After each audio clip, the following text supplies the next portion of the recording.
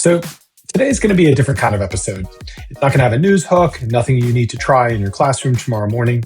It's July, and I want to take a few of these summer episodes to step back from the daily churn and think out loud about where AI actually sits in relation to teaching and learning. Hello, and welcome to another episode of AI in the Classroom Daily, a podcast helping educators make sense of AI without the hype. I'm Dan Cogan-Drew, co-founder and chief academic officer here at Newsella. And I use AI as a thinking partner in preparing each of these episodes because I think the best way to talk honestly about AI in education is to work with it openly. Now, if you've been listening to this show for a little while, you'll remember back in episode 61, when we talked about a Wharton study on brainstorming. Briefly, researchers gave people a task. The task was to invent a toy using a brick and a fan, and they split them into two groups. Some used GPT, some didn't. The AI-assisted group produced ideas that outside judges rated as more creative at an individual level. But look at the group as a whole, and 94% of the AI-assisted ideas shared overlapping concepts. 9 different people working alone landed on the exact same name for their toy, Build a Breeze Castle. The people who didn't use AI produced ideas that had nothing in common with each other. Now, the study wasn't really about brainstorming toys. It was about what happens to a room full of different minds once they all reach for the same tool. A new study just gave me a second data point, and this time about fiction itself. That's what we're going to talk about today. The study is about StoryScope, and it comes out of University of Maryland and Google DeepMind. And I found it through Tim Requarth's newsletter called The Third Hemisphere. I mentioned that because we're going to get into his take on this as well. Requarth is a neuroscientist and science writer. He spends a lot of his time asking what AI is doing to how we think, not just what it produces. And it's worth knowing that going in because it shapes a bit of how he's going to talk about the study and how I'm going to quote him. So here's what the researchers did. They took just over 10,000 short stories written by human authors.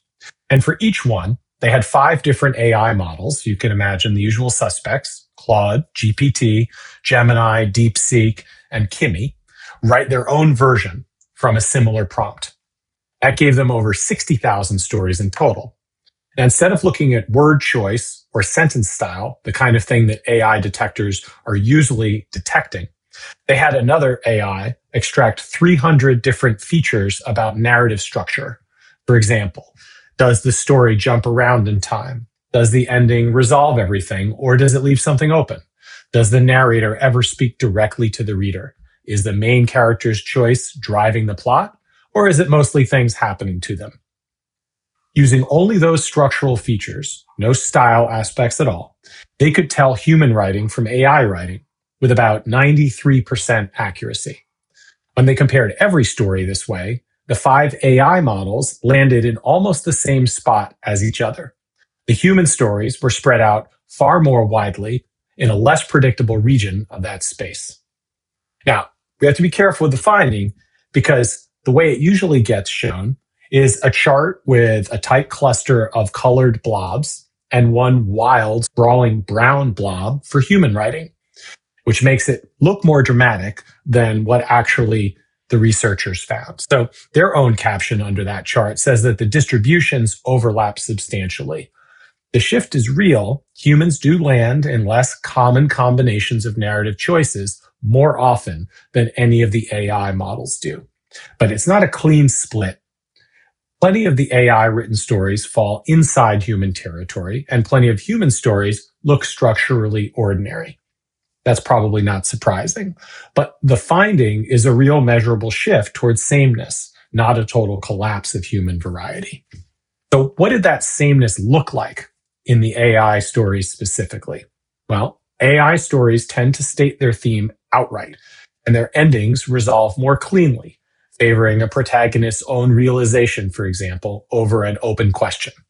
They also move through time in a straight line, far more often than human stories do, which use more flashbacks, jump forward and back, more structure that delays what the reader needs in order to understand what's happening. I think this is where Requarth's reading gets interesting, and it's also where I want to mark the line between what the study measured and what he's worried about. His argument, in a separate piece he calls AI, the great homogenizer, is that the real risk isn't the AI written sentence. It's what he's calling an upstream use. And that is the writer using AI to map out a plot or work through an idea, even if every sentence in the final piece they write by hand. If you do that enough across enough writers, the shape of what gets imagined in the first place starts to narrow, long before anybody starts to actually write the words that make up the story. His line about this study is that in 10 years, the human blob on that chart might look just like the AI ones. StoryScope is a snapshot of what 5 current models produce today, measured against fiction that was already published and edited before any of this existed. It doesn't track anyone's creativity changing over time. Requarth's worry might or might not turn out to be legitimate. What I think is actually useful here, though, isn't the prediction so much, it's the vocabulary that the study is giving us for something that we think was already true before AI existed.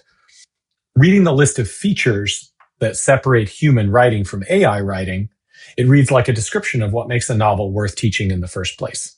So, turning to something practical here, this is meant to be a reflective episode, but I still want to bring it back to classroom teaching. If you're an English teacher, as I was, and you're getting ready to teach a novel this fall, let's say it's a novel that was written before any of this technology existed, as most novels were. This, I think, gives you a new way to talk about why the book still works in the age of AI, post-AI. If you take Vonnegut's Slaughterhouse-Five, for example, this is a book that's commonly taught all over the country. Its narrator, Billy Pilgrim, jumps around in time constantly. He becomes unstuck, and the novel refuses to move in a straight line. Vonnegut writes himself directly into the story and addresses the reader, and the book never once states its own moral. Its most famous line, "So it goes," isn't really an explanation of anything. It's a refusal to resolve what just happened. None of this is new if you're an English teacher and you've been teaching novels for a while. Good teachers already know that a novel's strangeness is its own refusal to be tidy, is often the whole point. What's new, I think, is having a name for that strangeness at the exact moment that a different kind of writing is showing up. And that kind of writing likes to resolve everything. It likes to state its theme, and it likes to move in a straight line. The opportunity here, I think, is that you can teach into this mess. You can point directly at the places where a novel jumps around, where it holds back on the moral, where it leaves a reader without a clean answer. And that might be one of the most valuable things that you can have your class discuss and reflect upon. Not because it's designed to help students spot AI writing, but because it teaches them to notice what makes writing original and worth reading. There's a bigger shape to the argument that I'm making here that I've been circling for a while. I don't want to unpack it fully here because I'm also developing an essay for Substack. But briefly, what I would say is that AI-generated stories tend to close all of the loops that they open. The causality resolves and the theme gets stated outright. So the ending answers the exact question that the story raised. Human stories are messier and they're more willing to leave that loop open. I'm calling this loop closing a closed loop fallacy, which I think is the mistaken idea that a system, whether it's a story generator or an instructional platform, can account for everything that matters if you just design it well enough. You take a novel like Slaughterhouse-Five, you can see that it refuses that closure on purpose, and I want to protect that refusal. So here's where I'll leave you on this. Draws me to the research isn't really a warning about AI writing better fiction than people. I think it's a respect for how strange and unresolved real human storytelling actually is. And it raises a question about whether that strangeness survives if AI starts shaping how we imagine things before we've begun writing. As you're getting ready to teach in the fall, can you think of a book that you're planning to teach or you're considering whether you might teach where the mess is the whole point? The jump in time, the moral that it's not getting to so directly, there's a loose thread that it never ties off. That's the reason that you want to teach it. That's something that you might want to lean into with your students.